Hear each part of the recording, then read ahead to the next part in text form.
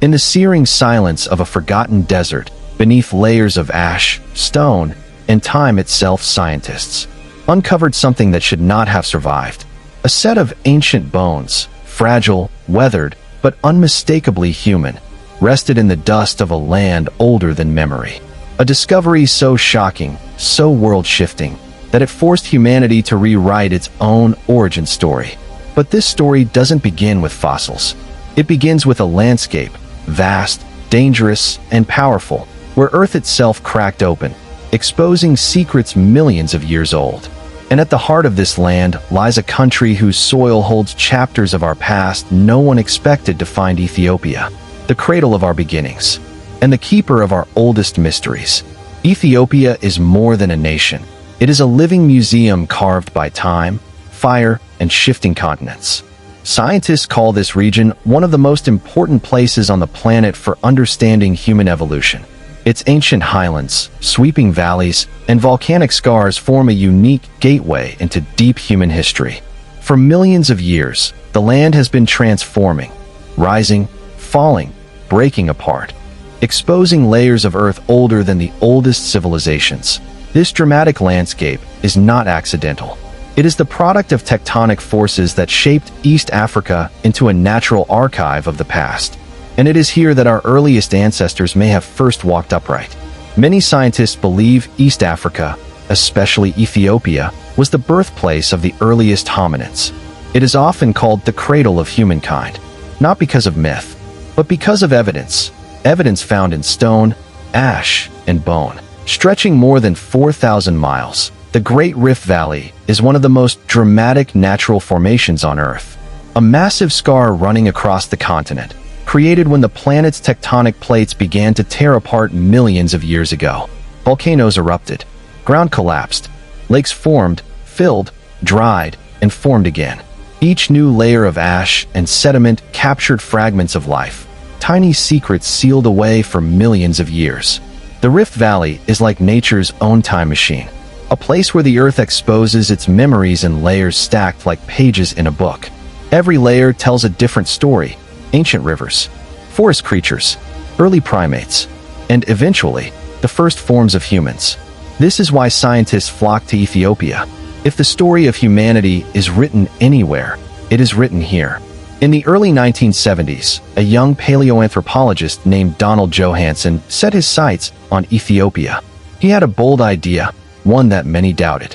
He believed the answers to humanity's ancient past were hidden in the Afar region, one of the harshest, hottest deserts on Earth.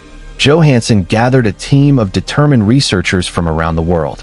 Armed with maps, brushes, and hope, they set up camp in a place where temperatures soared and the land seemed empty. But the desert was not empty.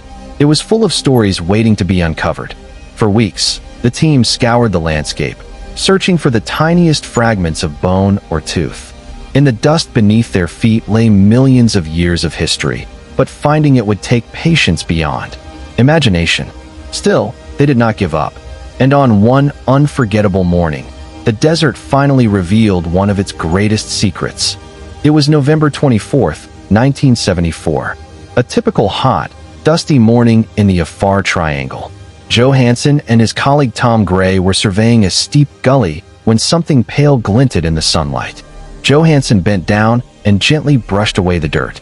It was a small piece of a bone, no bigger than a finger segment. But then another piece appeared beside it, and another, and another. The team rushed over as more bones emerged: the curve of a rib, the arch of a pelvis, the round edges of a skull. They realized they were looking at something astonishing: a partially complete skeleton of an early human ancestor. They had just discovered one of the most famous fossils in history. Her name would become Lucy, named after a Beatles song echoing through their camp that night. She was over 3 million years old, older than almost any known human ancestor at that time. Her bones were delicate, but they told a powerful story. Lucy walked upright, and that changed everything. Lucy belonged to a species called Australopithecus afarensis. They lived in East Africa between 3.9 and 2.9 million years ago. She was tiny by modern standards, only 3.5 feet tall and around 60 pounds. Her arms were long like a primate's, but her legs and pelvis showed features found only in bipedal creatures. Her skeleton provided undeniable proof that our ancestors walked upright before they developed large brains. This discovery overturned long-held assumptions. Many scientists believed big brains came first. Lucy showed the opposite was true. Her pelvis was short and curved, perfect for upright walking.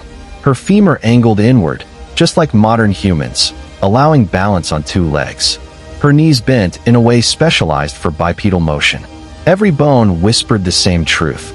We stood tall long before we became intelligent. Rebuilding Lucy was a painstaking process. Her bones were fragile, some broken, some missing. Experts in anatomy, ancient primates, and fossil preservation worked together for months. They compared her bones with those of modern humans, chimpanzees, and other ancient species. Special imaging techniques helped recreate missing parts with astonishing accuracy. Piece by piece, they rebuilt her. And as her form took shape, a clearer image of our ancient ancestors emerged.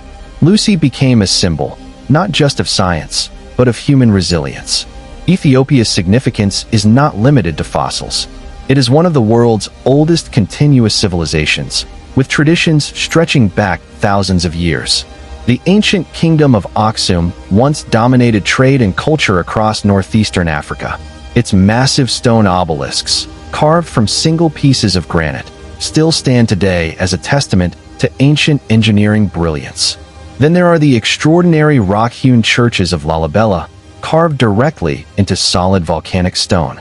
These underground cathedrals remain one of the most breathtaking achievements of medieval architecture. From the bustling streets of Addis Ababa to the serene waters of Lake Tana, Ethiopia's landscapes and heritage create a tapestry of culture unlike anywhere else on Earth. Mountain ranges, volcanic deserts, fertile highlands. Ethiopia's natural diversity is as vast as its history that Lucy's discovery did more than rewrite textbooks. It reminded humanity that our story is ancient, complex, and deeply connected. Her bones showed how adaptable early humans were, how they survived in harsh environments, how they evolved step by step. Lucy is not just a fossil. She is a chapter in a book we are still learning to read. Her discovery inspired new expeditions, new theories, and new ways of thinking about human evolution. Each discovery in Ethiopia since then has added new pieces to the puzzle, and the search is still ongoing. Every fossil uncovered has the power to reshape our understanding of who we are. Ethiopia continues to reveal new secrets, new fossils, new species, new evidence about humanity's earliest days.